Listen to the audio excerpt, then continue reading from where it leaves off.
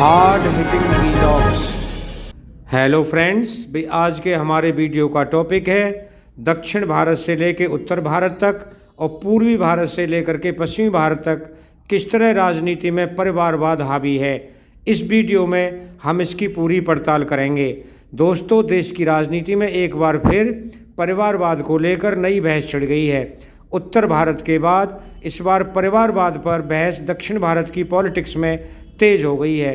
तमिलनाडु के मुख्यमंत्री M.K. Stalin के अपने बेटे उदयनिधि स्टालिन को अपनी ही सरकार में मंत्री बनाने के बाद परिवारवाद का मुद्दा फिर गर्मा गया है।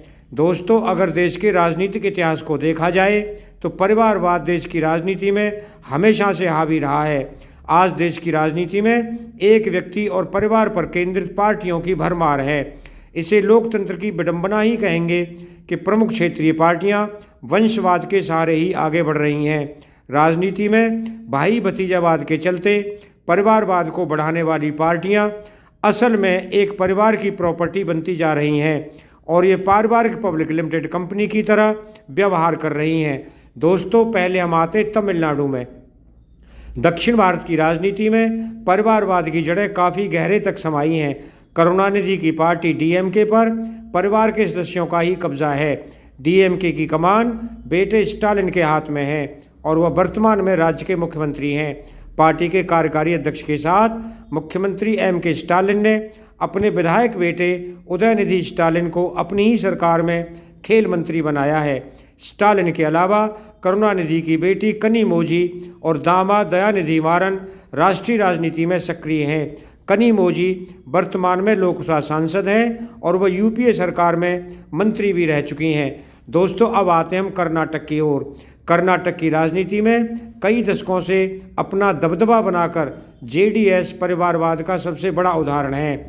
पूर्व प्रधानमंत्री HD देवेगौड़ा और उनके बेटे HD कुमारस्वामी की पार्टी पर पूरा एकाधिकार है। वहीं 2019 के लोकसभा चुनाव में देवेगौड़ा के पोते प्रावल हासन लोकसभा सीट से चुनाव जीतकर परिवारवाद की राजनीति को आगे बढ़ा रहे हैं।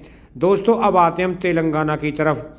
देश की राजनीति में मात्र 20 साल पुरानी पार्टी तेलंगाना राष्ट्र समिति, जो भारत राष्ट्र समिति हो गई है, इस पर भी परिवारवाद के असर से अछूती नहीं है। पार्टी की स्थापना करने वाले चंद्रशेखर राव वर्तमान में तेलंगाना के मुख्यमंत्री हैं, तो उनके बेटे KT रामाराव राज्य में राज्य मंत्री और बेटी कविता विधायक हैं। फ्रेंड्स, अब आते हैं हम आंध्र प्रदेश की तरफ। आंध्र प्रदेश की सियासत में तेलुगु देशम पार्टी के संस्थापक नंदमुरी तारक रामाराव की तीसरी पीढ़ी राजनीति में सक्रिय है। NTR के बाद चंद्रबाबू नायडू राज्य के मुख्यमंत्री रहे। वहीं चंद्रबाबू नायडू के बेटे लोकेश भी राजनीति में सक्रिय हो गए हैं। फ्रेंड्स, आंध्र प्रदेश से आते हैं YSRCP के जगन मोहन रेड्डी। उनके पिता भी आंध्र प्रदेश के मुख्यमंत्री रहे थे और आज जगन मोहन रेड्डी भी आंध्र प्रदेश के मुख्यमंत्री हैं। दोस्तों, अब आते हैं उत्तर प्रदेश की तरफ। मुलायम सिंह यादव की समाजवादी पार्टी देश की सबसे बड़ी परिवार वाली सियासी दल है। मुलायम सिंह यादव परिवार के 2 दर्जन से अधिक सदस्य सक्रिय राजनीति में हैं। मुलायम सिंह यादव के बेटे अखिलेश यादव पार्टी के राष्ट्रीय अध्यक्ष, बहू मैनपुरी से लोकसभा सांसद, चाचा शिवपाल यादव विधायक, चाचा रामगोपाल यादव राज्यसभा सांसद, भाई धर्मेंद्र यादव और अक्षय यादव के साथ परिवार के अन्य लोग पंचायत से लेकर नगरीय निकाय पर काबिज हैं। दोस्तों, उत्तर प्रदेश में एक दल और है। उत्तर प्रदेश की राजनीति में चौधरी अजीत सिंह की पार्टी राष्ट्रीय लोक दल भी परिवारवाद के सहारे आगे बढ़ रही है। अजीत सिंह के बाद अब बेटे जयंत चौधरी पार्टी के अध्यक्ष हैं। दोस्तों, अब चलते हैं बिहार की तरफ। बिहार की राजनीति में लालू प्रसाद यादव और उनका परिवार ऐसा सियासी कुनबा है जिसके परिवार के सदस्य उप मुख्यमंत्री से लेकर राज्यसभा सांसद हैं। लालू प्रसाद यादव खुद पार्टी के राष्ट्रीय अध्यक्ष हैं। लालू के दोनों बेटे तेज प्रताप और तेजस्वी यादव बिहार में मंत्री और डिप्टी CM हैं। लालू की बेटी मीसा भारती राज्यसभा की सांसद हैं। दोस्तों, अब आते हैं झारखंड की तरफ। झारखंड में सत्तारूढ़ दल झारखंड मुक्ति मोर्चा भी परिवारवाद की राजनीति को आगे बढ़ा रहा है। पार्टी के संस्थापक शिबू सोरेन के 3 बार राज्य के मुख्यमंत्री रहने के बाद अब उनके बेटे हेमंत सोरेन राज्य के मुख्यमंत्री हैं। पश्चिम बंगाल की बात करें तो पश्चिम बंगाल में सत्ता में टीएमसी की प्रमुख ममता बनर्जी भी राजनीति में परिवारवाद को बढ़ा रही हैं। ममता के भतीजे अभिषेक बनर्जी राजनीति में सक्रिय हैं। वहीं ममता के भाई की पत्नी भी राजनीति के मैदान में उतर चुकी है। दोस्तों, महाराष्ट्र में शिवसेना और एनसीपी, महाराष्ट्र की प्रमुख क्षेत्रीय पार्टी शिवसेना भी एक परिवार पार्टी है। बाल ठाकरे ने जिस शिवसेना का गठन किया था, अब उस पर उनके बेटे उद्धव ठाकरे और पोते आदित्य ठाकरे का पूरा कब्जा है। उद्धव ठाकरे जहां पार्टी के अध्यक्ष हैं, वहीं आदित्य ठाकरे पार्टी की युवा विंग के कमान संभाले हुए हैं। वहीं महाराष्ट्र की दूसरी प्रमुख पार्टी एनसीपी पर भी पवार परिवार का कब्जा है। शरद पवार के अध्यक्ष, उनकी बेटी सुप्रिया सुले सांसद और भतीजे अजीत पवार विधायक हैं। दोस्तों, जम्मू कश्मीर की बात ना करें तो ये वीडियो अधूरा ही माना जाएगा। जम्मू कश्मीर के दोनों प्रमुख क्षेत्रीय पार्टियां पीडीपी और नेशनल कॉन्फ्रेंस परिवारवाद के सहारे ही चल रही हैं। अब्दुल्ला परिवार का नेशनल कॉन्फ्रेंस पर कई दशकों पूरा कब्जा है।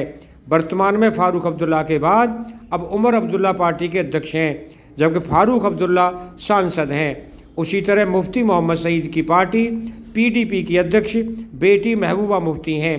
पीडीपी अध्यक्ष और जम्मू कश्मीर की पहली महिला मुख्यमंत्री महबूबा मुफ्ती को विरासत में राजनीति मिली है। उनके पिता मुफ्ती मोहम्मद सईद जम्मू कश्मीर के मुख्यमंत्री थे। पिता की मौत के बाद महबूबा भी मुख्यमंत्री बनी थीं। दोस्तों, अब आते हैं पंजाब की तरफ। पंजाब की राजनीति की बात अकाली दल के जिक्र के बिना अधूरी है। शिरोमणि अकाली दल के संस्थापक प्रकाश सिंह बादल पंजाब के 4 बार मुख्यमंत्री रहे। वहीं उनके बेटे सुखबीर सिंह बादल पार्टी के वर्तमान में अध्यक्ष हैं। सुखबीर बादल की पत्नी हरसिमरत कौर और लोकसभा सांसद हैं और भाजपा अकाली गठबंधन के समय वो मोदी सरकार में मंत्री भी थीं। दोस्तों, अब आते हैं हरियाणा की तरफ। हरियाणा की राजनीति में परिवारवाद का ही कब्जा रहा है। दुष्यंत चौटाला जो वर्तमान में राज्य के मुख्यमंत्री हैं, वो पूर्व मुख्यमंत्री ओम प्रकाश चौटाला के पोते हैं। दुष्यंत चौटाला देश के उप प्रधानमंत्री और हरियाणा के मुख्यमंत्री रहे देवीलाल की खानदानी विरासत को आगे बढ़ा रहे हैं। इसके साथ हरियाणा की राजनीति में भजन लाल का परिवार भी राजनीति में सक्रिय है। दोस्तों, अब आते हैं हम कांग्रेस की तरफ। देश की राजनीति में परिवारवाद के नाम पर सबसे अधिक आलोचना का शिकार होने वाली कांग्रेस पार्टी में भले ही मल्लिकार्जुन खड़गे को अपना राष्ट्रीय अध्यक्ष बनाकर परिवारवाद का दाग धोने की कोशिश की हो, लेकिन अब भी पार्टी पर गांधी परिवार का ही कब्जा है। गांधी, सोनिया गांधी, राहुल गांधी, प्रियंका गांधी, आप देख रहे हैं कि ये सभी राजनीति में हैं और प्रियंका गांधी और सोनिया गांधी लोकसभा सांसद हैं। वहीं तीसरी सदस्य प्रियंका गांधी भी पार्टी की राष्ट्रीय महासचिव हैं। दोस्तों, अगर हम भाजपा की बात ना करें तो भी ये वीडियो अधूरा ही माना जाएगा।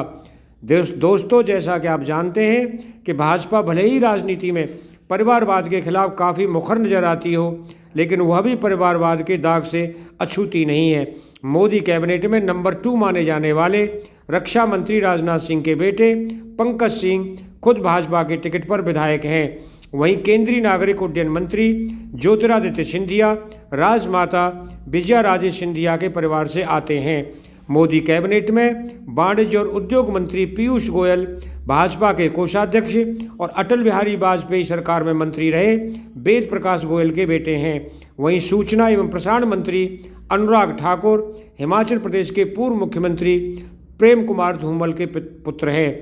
दोस्तों, वहीं अगर राज्यों की बात करें तो मध्य प्रदेश सहित देश के कई राज्यों में भाजपा में परिवारवाद के कई चेहरे हैं। दोस्तों, अगर आपको वीडियो पसंद आया हो तो चैनल को सब्सक्राइब करें, वीडियो को लाइक करें, ज़्यादा से ज़्यादा शेयर करें।